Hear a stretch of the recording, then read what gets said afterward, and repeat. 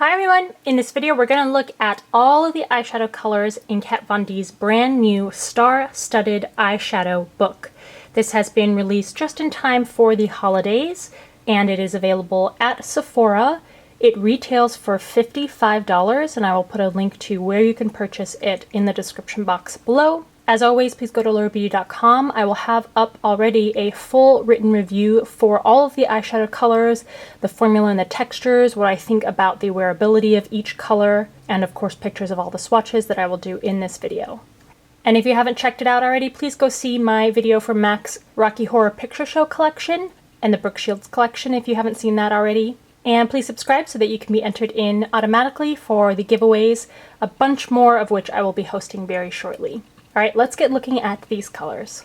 So when you first open up the palette, it is covered with this plastic film, and each pan has a name on top of it that corresponds.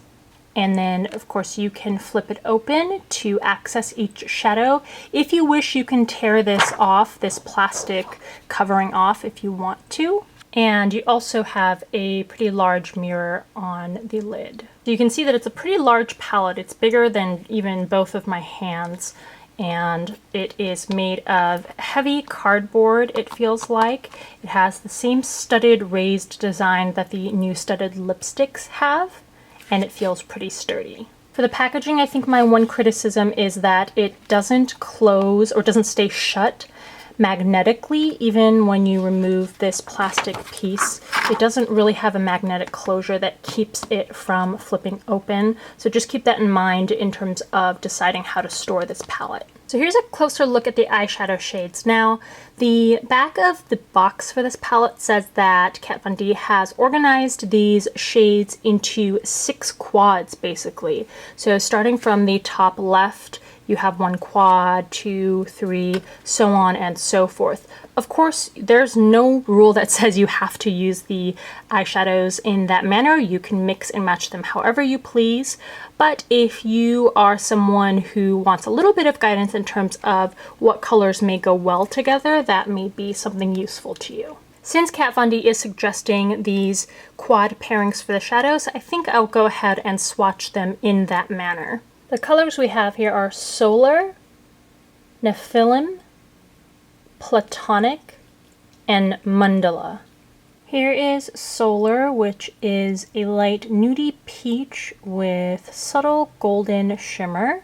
Nephilim, which is a soft, shimmering champagne brown. Platonic, wow, such a unique color. This is a tangerine shade with a duochrome finish that flashes gold, but mixed with the orange it looks slightly green also.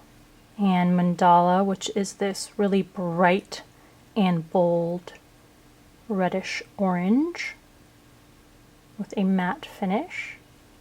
Okay, so up close you have the upper left quad of colors. Alright, the middle left quad, the shades we have here are Anti-Star, Estrella, Black Star, and Star Flyer. Anti-Star is this shimmering frosty white. Estrella is a deep navy blue with a shimmering finish. Black Star is a midnight black with a ton of silver glitter. And Star Flyer is this beautiful, bright pool blue. Okay, so here is the middle left quad of shades. For the bottom left quad here we have Moss, Heaven Knows, Smiths, and Leather. Here's Moss, which is a matte nude. Heaven Knows, which is a soft brown with a hint of nudie taupe to it. Smiths, which is a more goldeny and warm toned brown. And Leather, which is a matte milk chocolate brown. Here are the shades from the lower left quad. Moving on to the top right quad, we have Damned, Division, Depeche, and Brass Knuckles. Damned is another nude shade. In the pan, this one is very slightly yellow. On the skin, though, it's pretty neutral. Division is a olive shade. I would say actually it's more of a silver, and then it just has this hint of olive green to it. Depeche is a medium, another medium goldeny brown. And Brass Knuckles, which is a very yellow toned frosty gold. Here are the shades from the upper right quad. In the middle left we have Banshee, Violator, Gothica, and Fascination Street. Banshee is a very pale pink shade with a matte finish. Violator is a pale lilac purple with a satin, almost frosty finish. Here's Gothica, which I made sure to pick up plenty of from the pan. This is a medium purple with very flaky silver and purple shimmer particles, and you can see how uneven and dry it is on the skin. Adding more product here.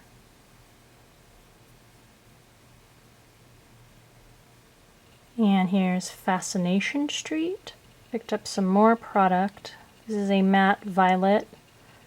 But again, this one's drier than the other shades, not as smooth on the skin.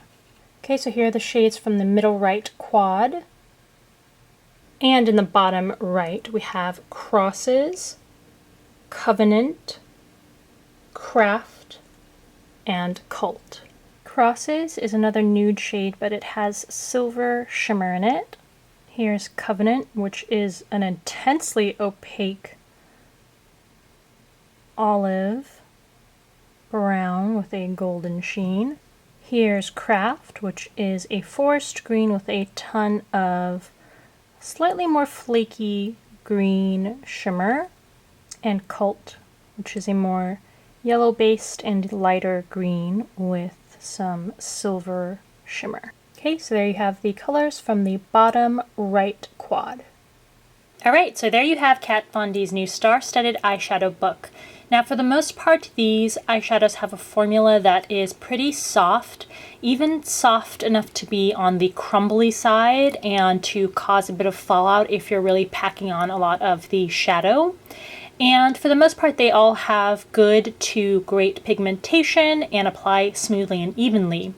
Of course, the big outlier that we saw was with the shade Gothica, which was just kind of a mess on the skin. It's going to produce a lot of fallout with that silver shimmer.